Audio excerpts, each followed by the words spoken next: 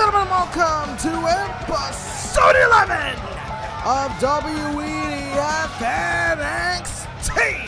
My name is Connor, with you here at the broadcasting table as always. And tonight, we got a stacked card for you, including the NXT debut of Piper Niven, as she goes one-on-one with Women's Division veteran Ruby Riott. And then in the main event, the energetic, high-flying Lio Rush takes on the glorious Bobby Roode. And plus, we will start off the program with a special WEDF NXT announcement. I've not been told what this announcement is, so I'm just as in the dark as you guys. With that being said, we are starting things off with a special announcement. We're not going to wait too long to find out what it is. And, well, Arn Anderson is going to be the one to make this announcement. Of course, on the previous episode of NXT, William Regal was in a parking lot brawl against Switchblade Jay White. He got injured, and unfortunately, William Regal cannot make it to the show tonight. We do know he is watching from his hospital room, and he's in decent condition. He's fine. He has not been discharged from hospital just yet, but we do know he is in stable condition. We do not have a timetable for his return. Nobody really does. But with that being said, I know he's watching somewhere, so let's find out what this announcement is. 19 episodes from now, we'll hit the ultimate high. Oh, ho, ho, ho, ho, ho!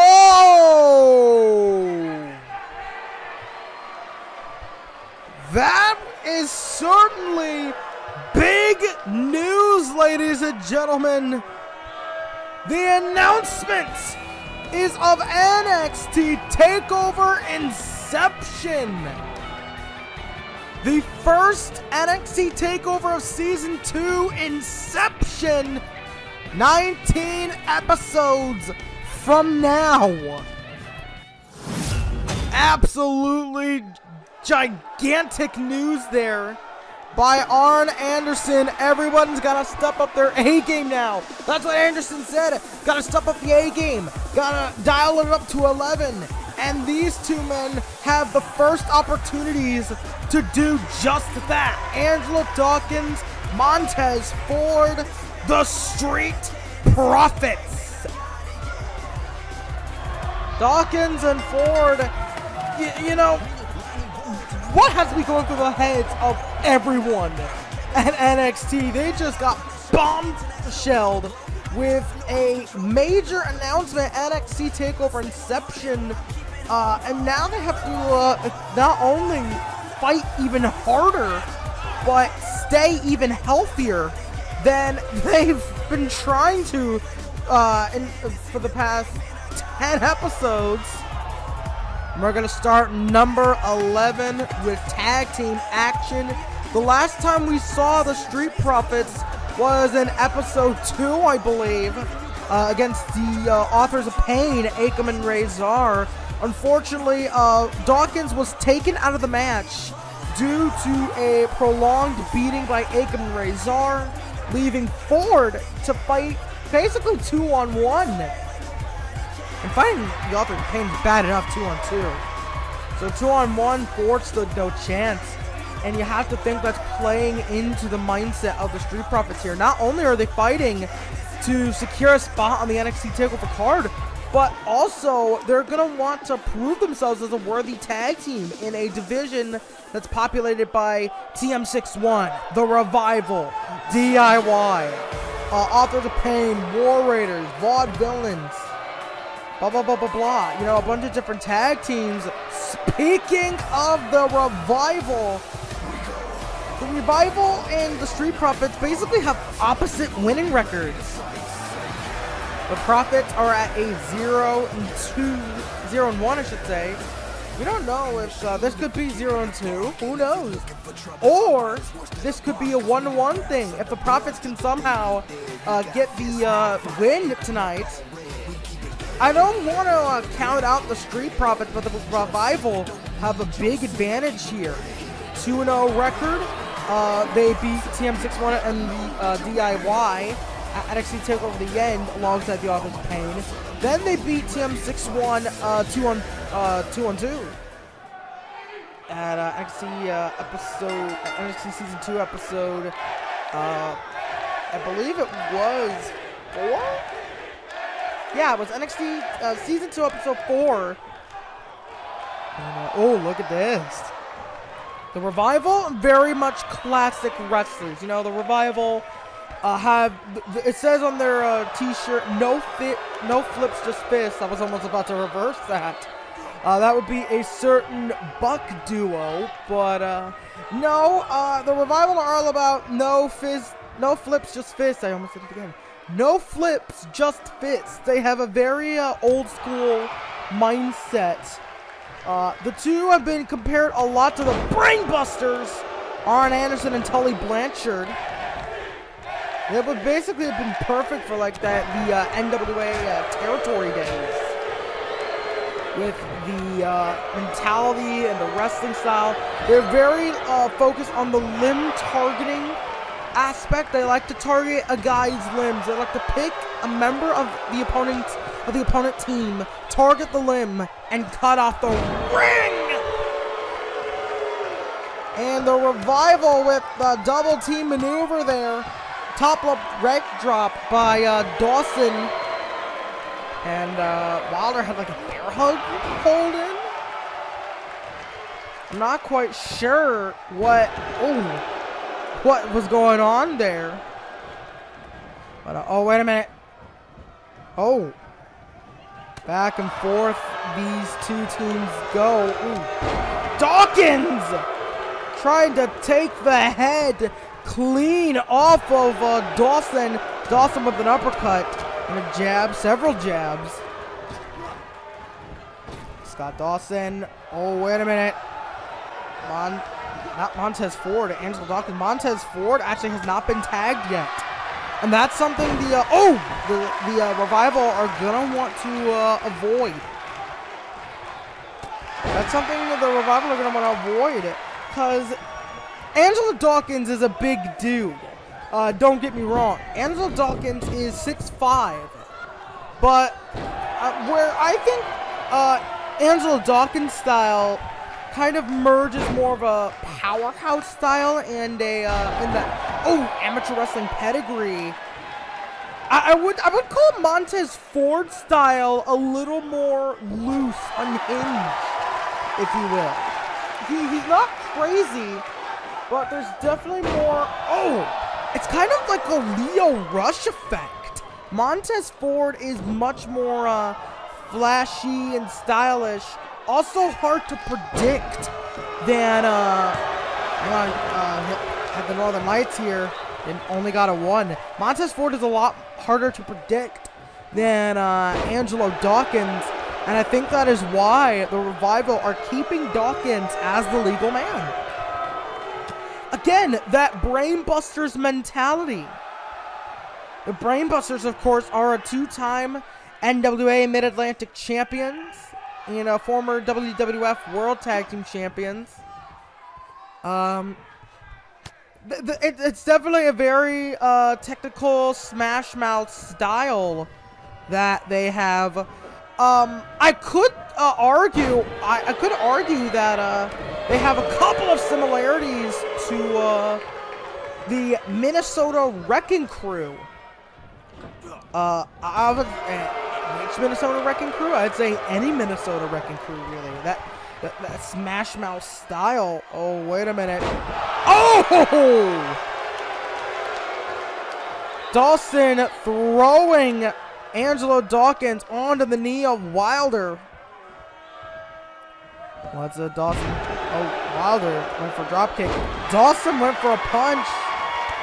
This time, Wilder gets up with the drop kick.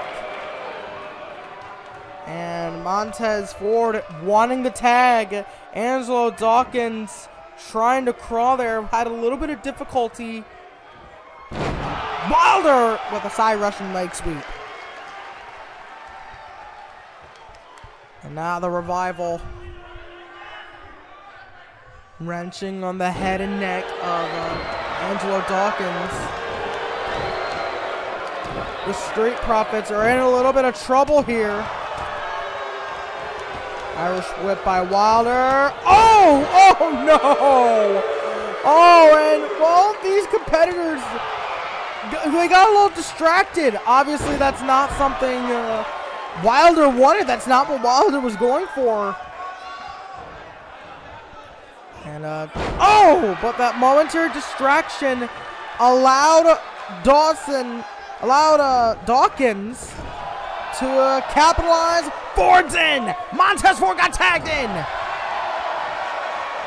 And the Street Profits double Russian leg sweep. Dawkins now going back to his corner. And the wild Montez Ford, I should say, he's coming in. I'm mixing up my Street Profits. My bad. Just a little excited following the announcement of a takeover.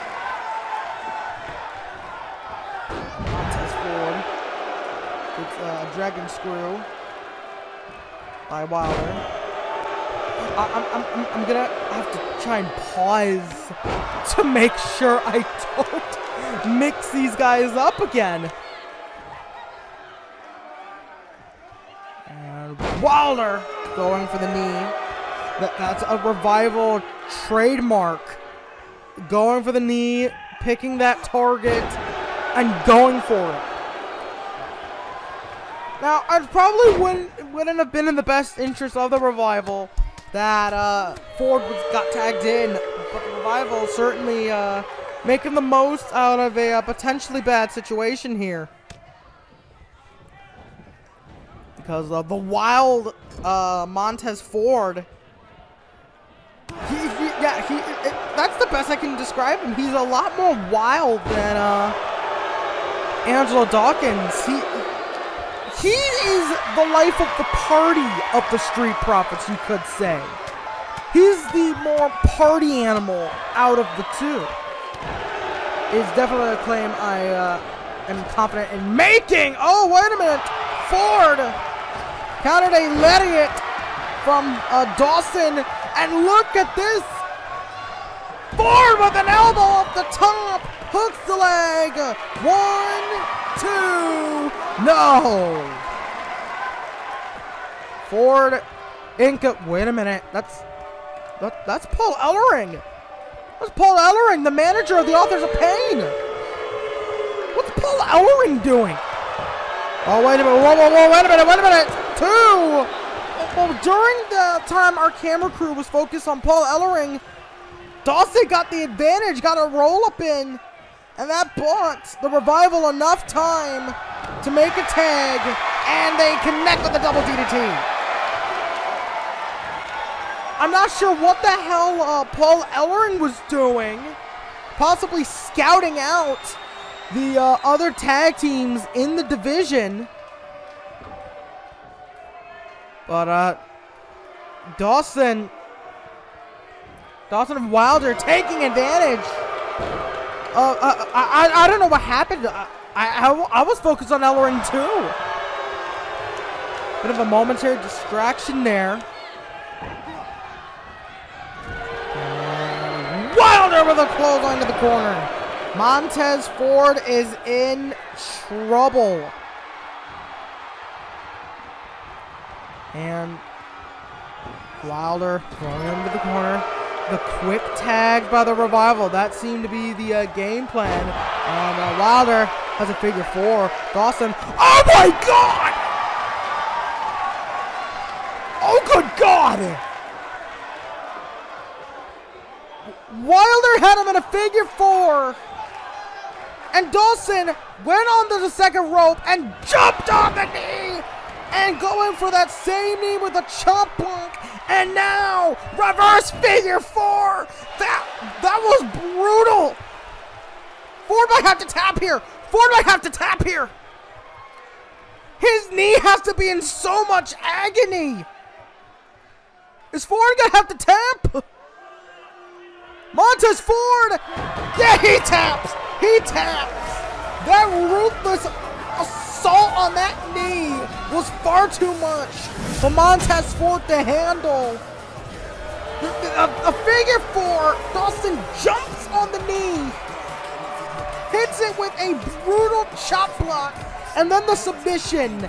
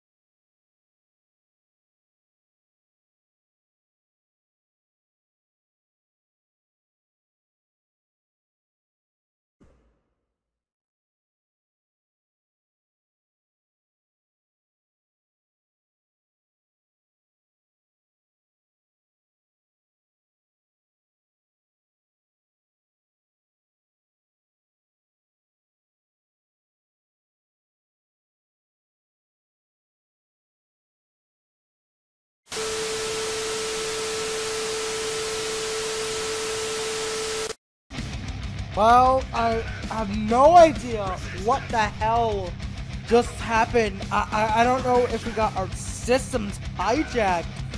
That was interesting by Ling Kai. I have no idea what in the hell is going on. But we do have to switch gears. But that was Ling Kai, an NXT superstar who was in the initial championship tournament. He was in the initial championship tournament, lost to Aleister Black, and it seems he's still upset about that. But regardless, we do have to switch gears.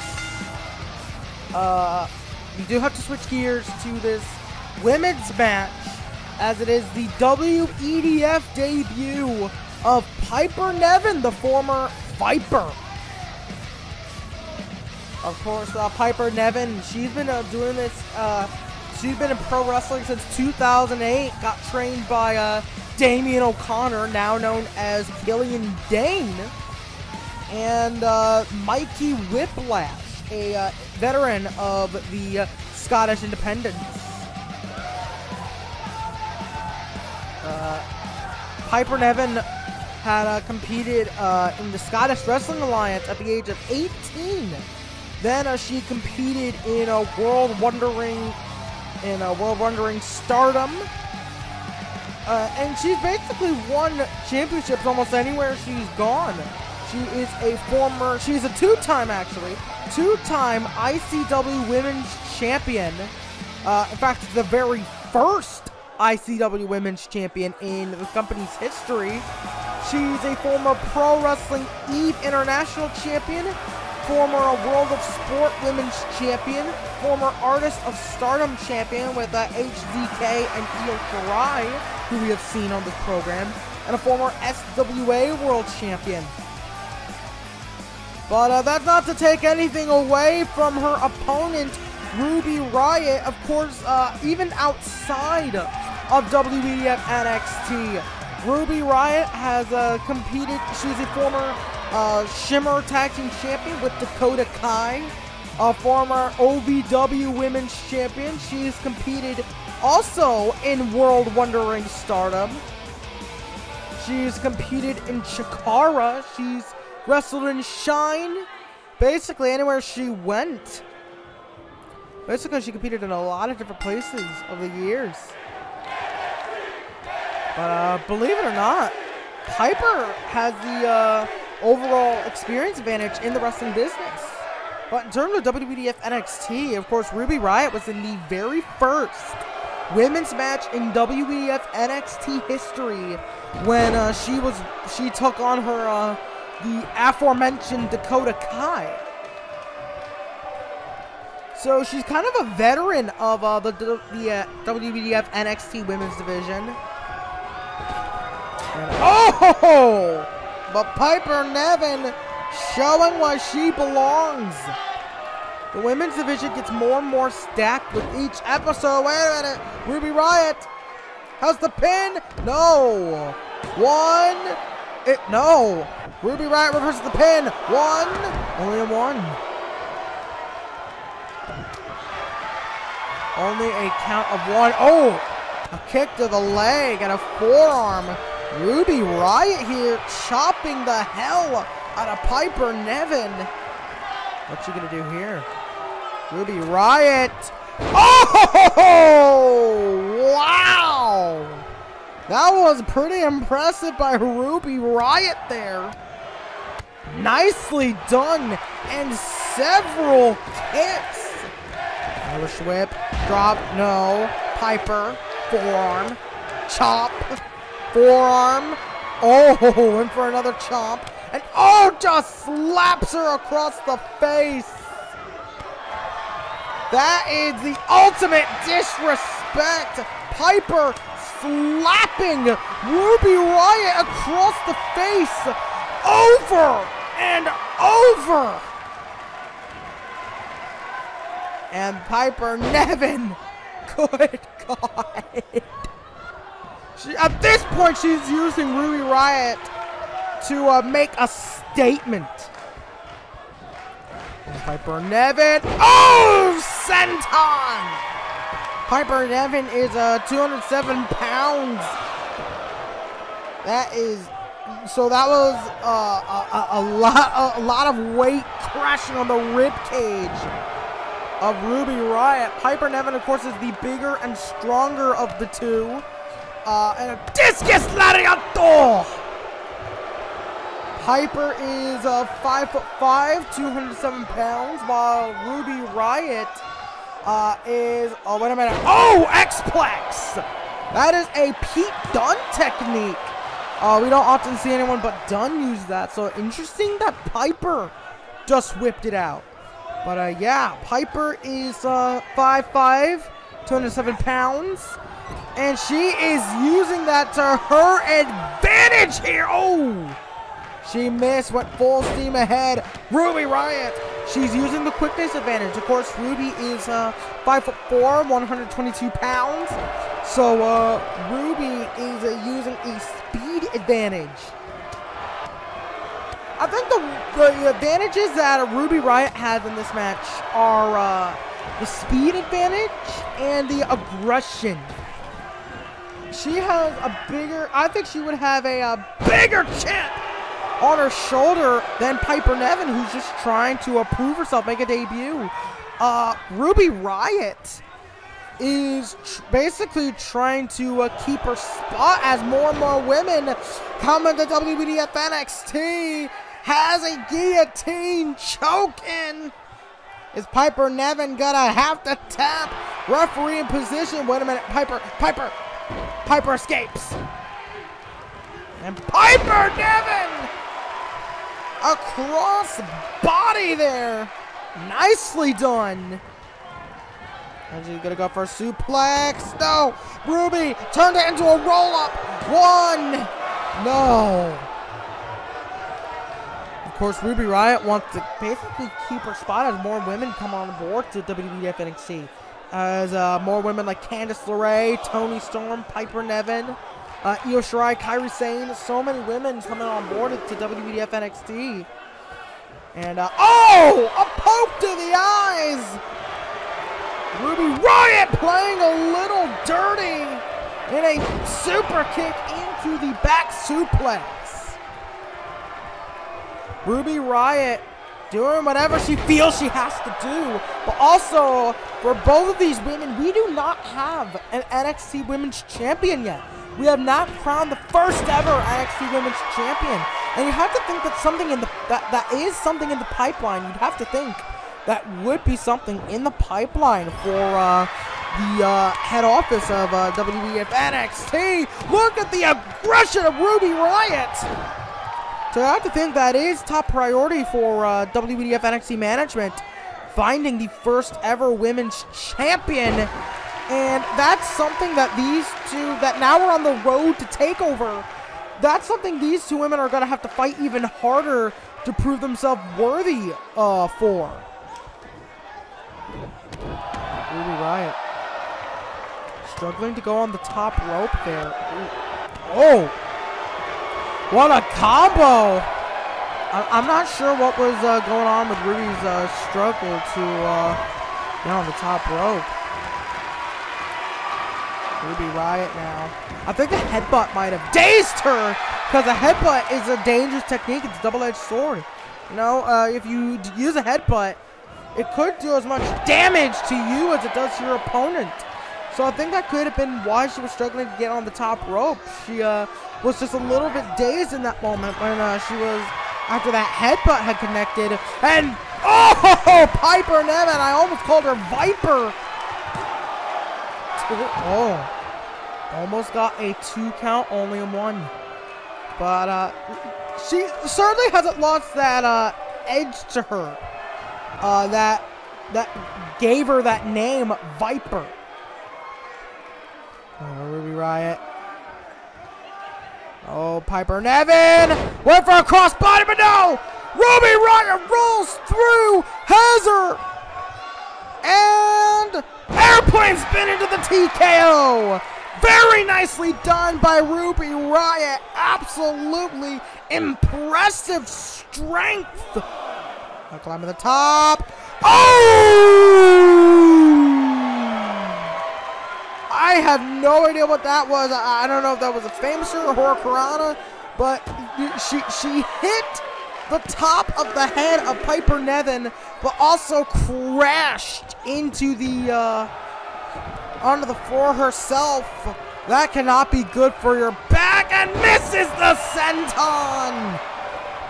That could have been a fatal mistake.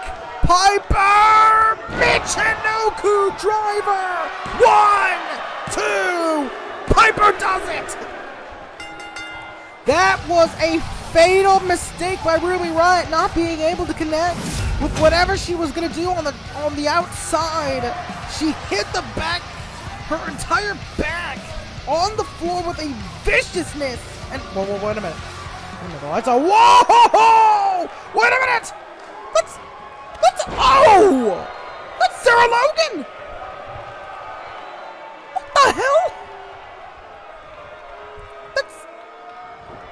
Well, on the previous episode of NXT, we learned that Sarah Logan would be coming to NXT, but I didn't expect it to be so soon, and I did not expect it to be at the expense of a fellow debut, Sarah Logan attacking Piper Niven. And oh, Sarah Logan! What the hell? Oh, God! Brutalizing Piper Niven here. Sarah Logan! Somebody needs to get out here and help Piper Niven. Somebody needs to get out here and help Piper Niven. See Ruby Riott getting up to her feet. I don't think she even realizes what the hell is going on? Does she even realize what's going on in the ring? And well, there you see she does now. See, she's seeing this assault to Piper Niven by Sarah Logan. Is she not gonna help? Is she not gonna help? So is she just gonna stand there and watch Piper Niven get assaulted? Oh, no, she's not! No, she is not! She's coming into the rescue! Ruby Riott saving Piper Niven from a Sarah Logan wicked beating. Ruby Riott saving the day. For a drop kick. Oh, missed, but the knee caught the face. Sarah Logan didn't do a lot of damage though, because it was not the full impact of a drop kick, I would say. And what is she doing here? Oh, deadly nightshade! Ruby Riott drilling the face of Sarah Logan right in to the middle buckle. And she's using those kicks to her advantage. Ruby knees Sarah Logan to the outside of the ring.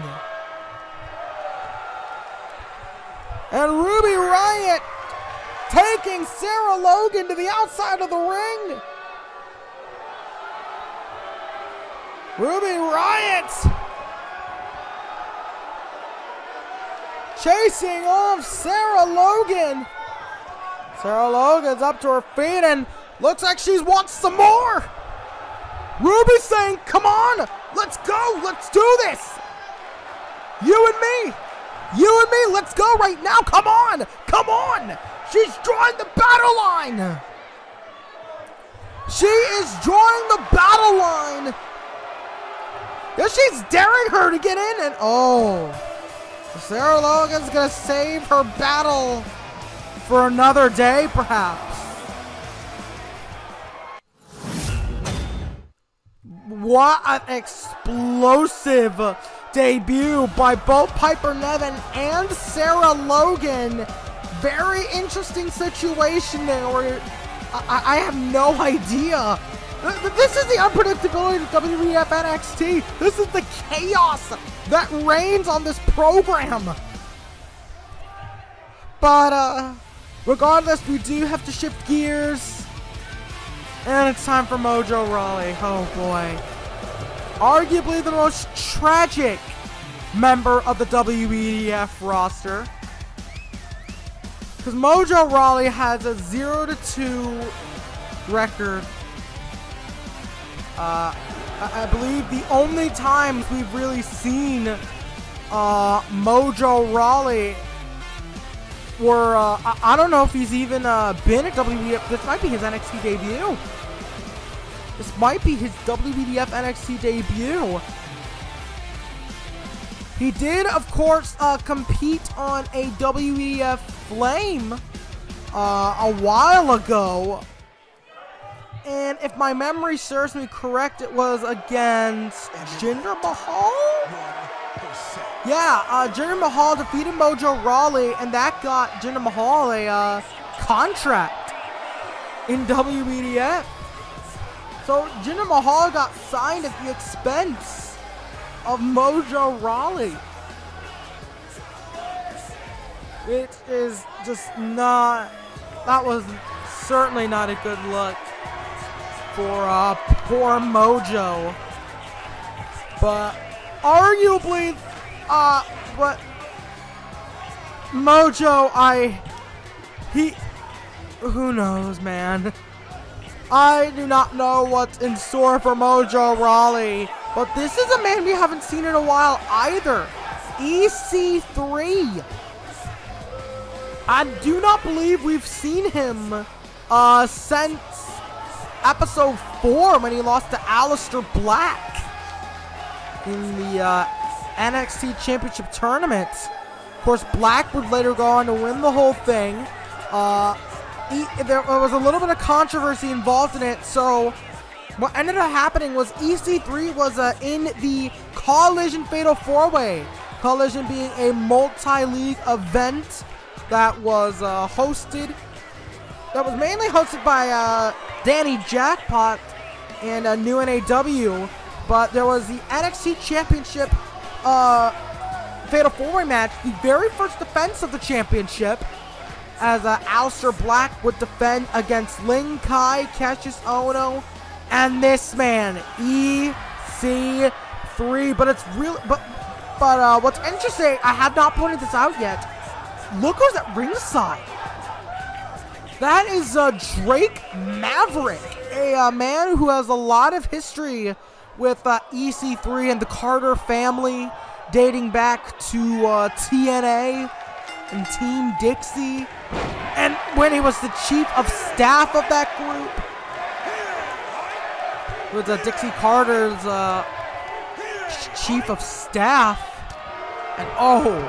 and he had quite the relationship with EC3. There were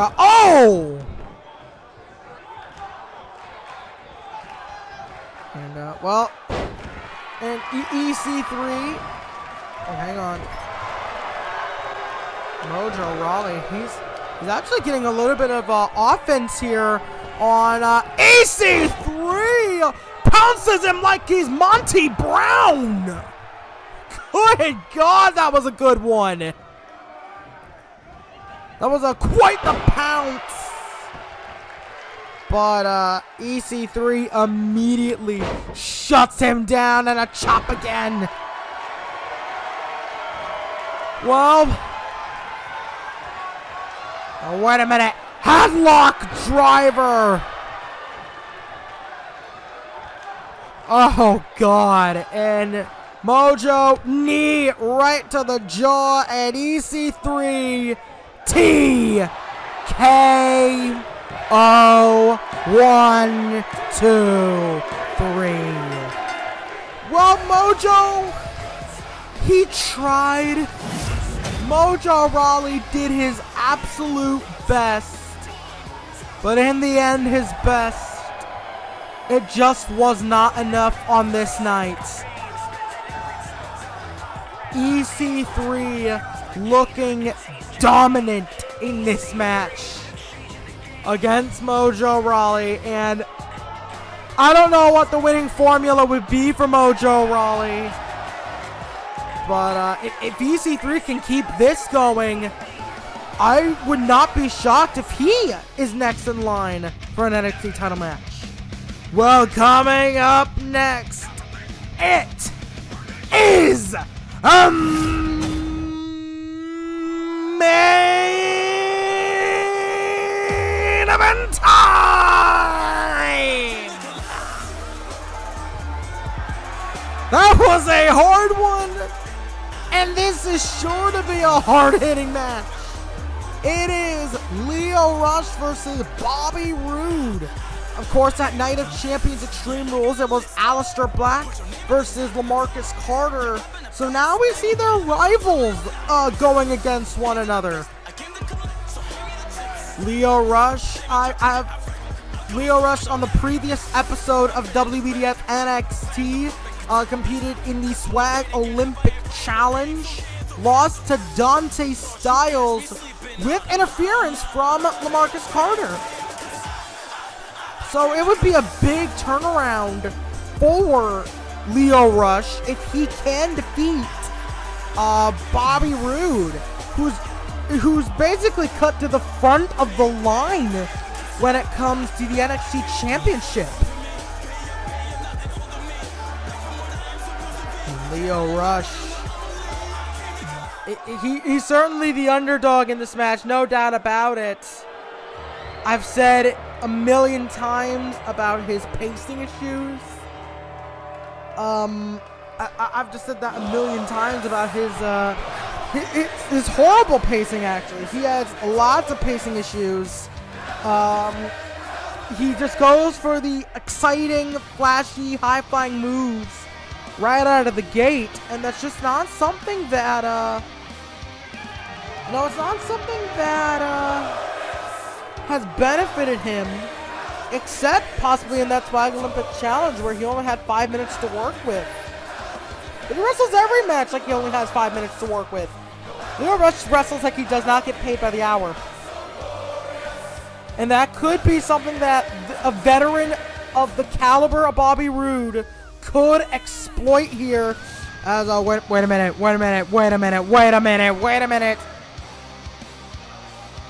And Bobby Roode flinched for a little bit. The fake out into a somersault senton. Very impressive by Lio Rush, but again, he's going for the big moves off the bat. The bell hasn't even rung. I was just talking about his pacing issues, and then he does this. I don't think I needed to talk about them. Lio Rush is showing us his pacing issues. Right here against Bobby Roode, Lio Rush. Oh, wait a minute. Kips up. Kick to the side of the jaw. Lio Rush, only 25 years old, of course. He's very flashy, very energetic. He has a lot in the tank. But Lio Rush, his issue is that he just brings it out all at once. He brings out so much energy way too early on in the match. And oh, a kick to the spine. And Lio Rush climbing the top. Went for a double foot stomp. He misses. Roode went for a spear. A la Edge or really any. A lot of wrestlers have used a spear, but mostly Edge seemed to be an influence there. But Lio Rush had the knees up. Now going for a striking combination. He's just striking over and over. Lio Rush! Not letting up on Bobby Roode. I can give him credit for that. And Lio, he went for something, but took too much time. Roode was able to get the foot up right to the jaw. Roode now overpowering Rush. And now it seems like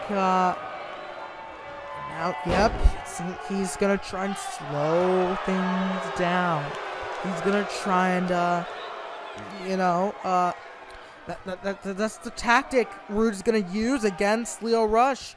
Calm things down. Slow down the pace of the match. And that is a good strategy to use against Lio Rush, because Roode certainly knows about the pacing issues. That's a tactic to use against Lio Rush in any situation, no matter who you are. Lemarcus Carter used it, and it worked pretty well for him. So Roode gonna try and replicate the success of Lemarcus Carter here. Oh, Rush tried to pick up the pace, went for a drop kick. Rush counters and into Riott. No, he missed. That one little bit of a mistake caused Roode to be able to see that springboard coming. Of course, anyone makes mistakes, but I think the younger you are, the more, to use an insider term, green you are, the more prone to mistakes you would make.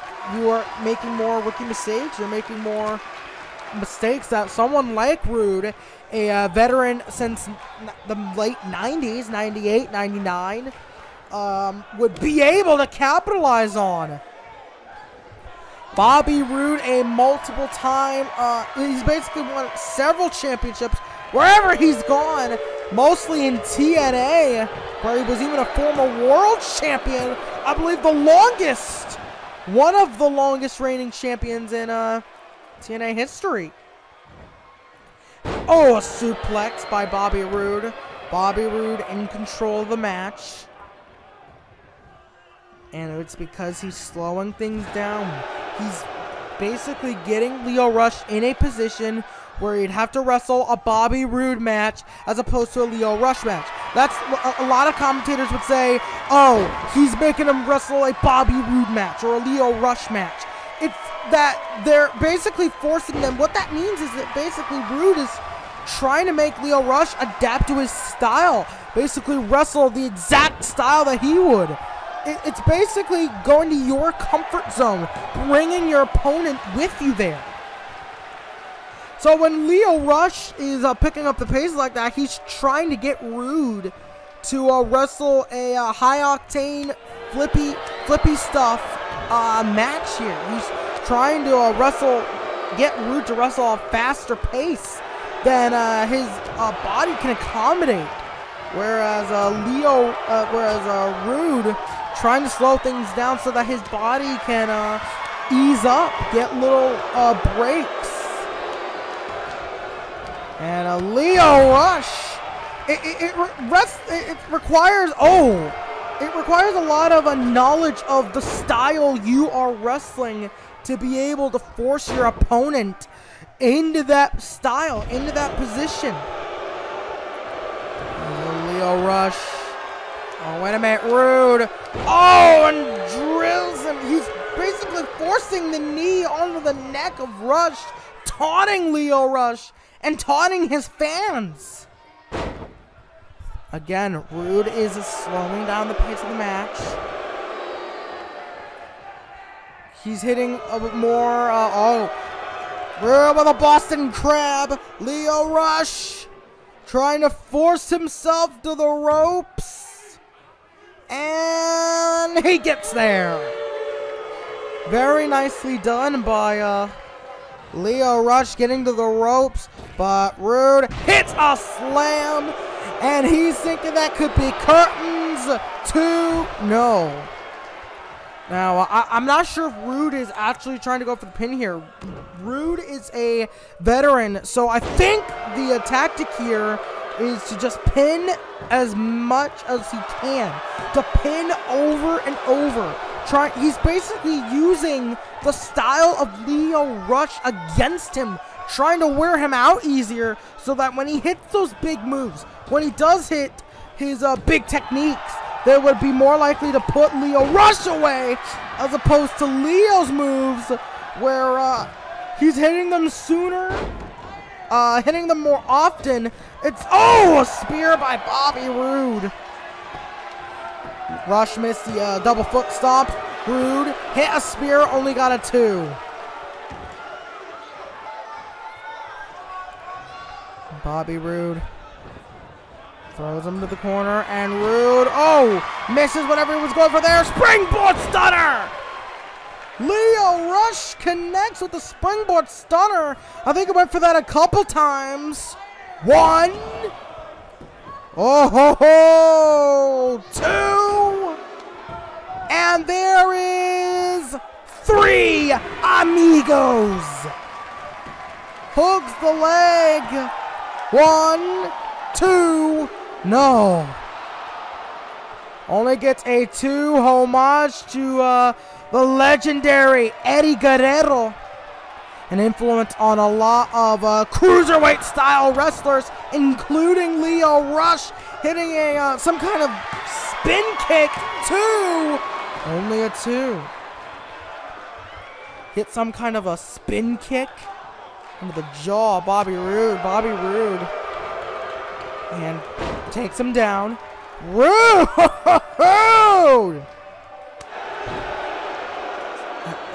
Toying with Lio Rush. And Roode gonna try and take a little bit of a breather here. That's basically been his MO throughout the entire match. And there it is again, that taunting, that knee press. I don't know what to call that. He had the knee pressed down on the neck, just taunting Lio Rush here. Roode gonna rent on the neck again. That seems to be a target. The head and neck is a target of Bobby Roode in this match. Roode. Misses the springboard stunner yet again. Roode now gotta go for, Lio Rush, wheelbarrow, arm drag. And Roode, it's like a shining wizard. And Roode, I think his head connected with the ropes and the turnbuckle a little bit. And Lio Rush picking things up, hitting a Death Valley driver, but the hand was underneath the ropes. Now in the corner once again. He's in the corner, spin kick, right to the jaw, and Roode is in trouble. He's trying to get on the top rope, but Roode was too close to the corner. Now Rush on the top. Frog! No, the knees were up. Rush went for a frog splash. Fisherman suplex. by Bobby Roode. 1, 2. No! Only get a 2. Bobby Roode went for a fisherman suplex. Wait a minute.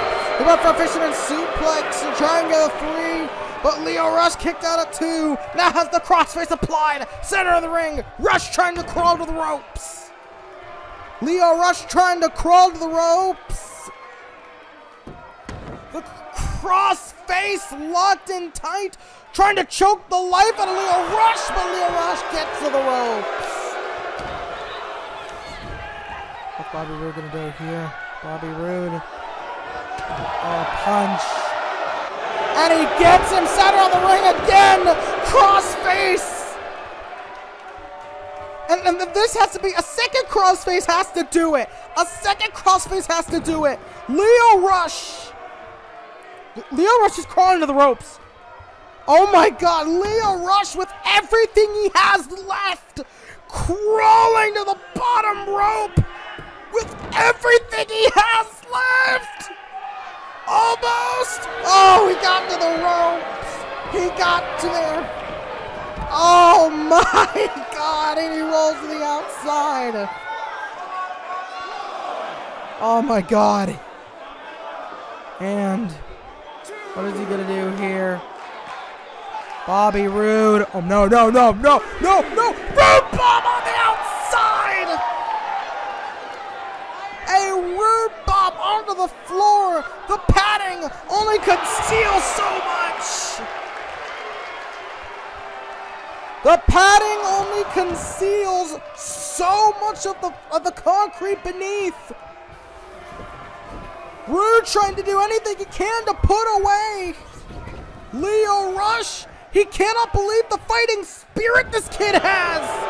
And a Boston Crab again. It's over. Lio Rush has to tap. Lio Rush crawling to the ropes, but is he going to make it?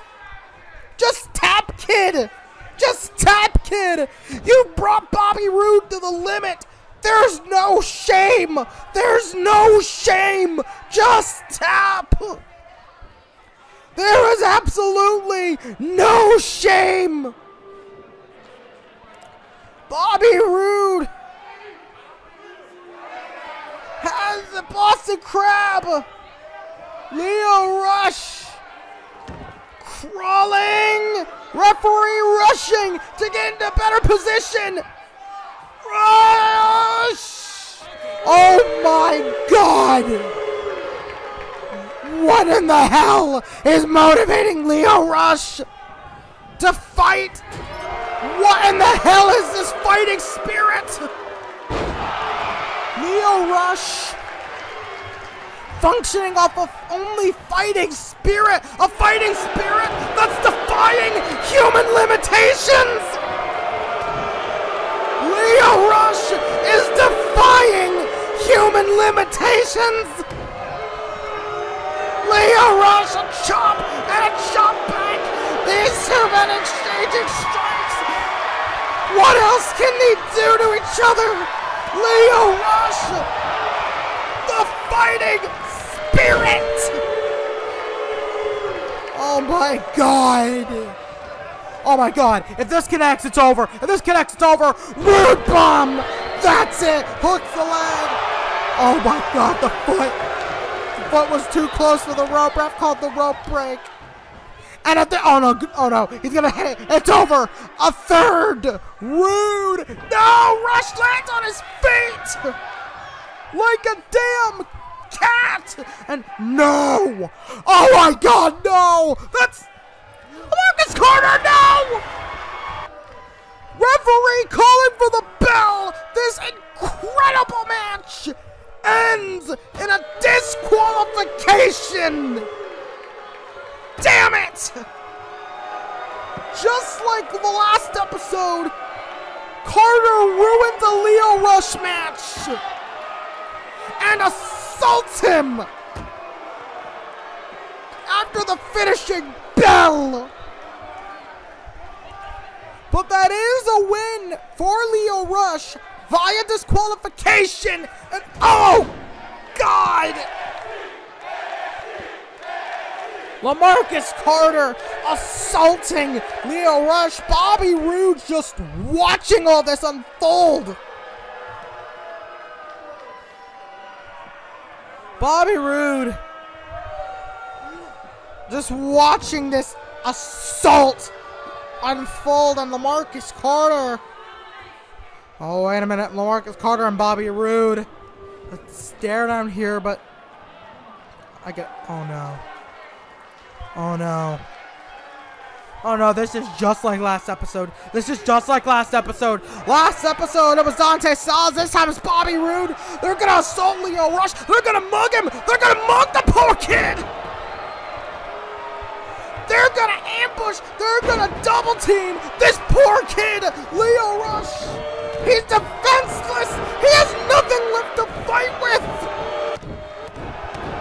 He's too exhausted to fight back, you bastards.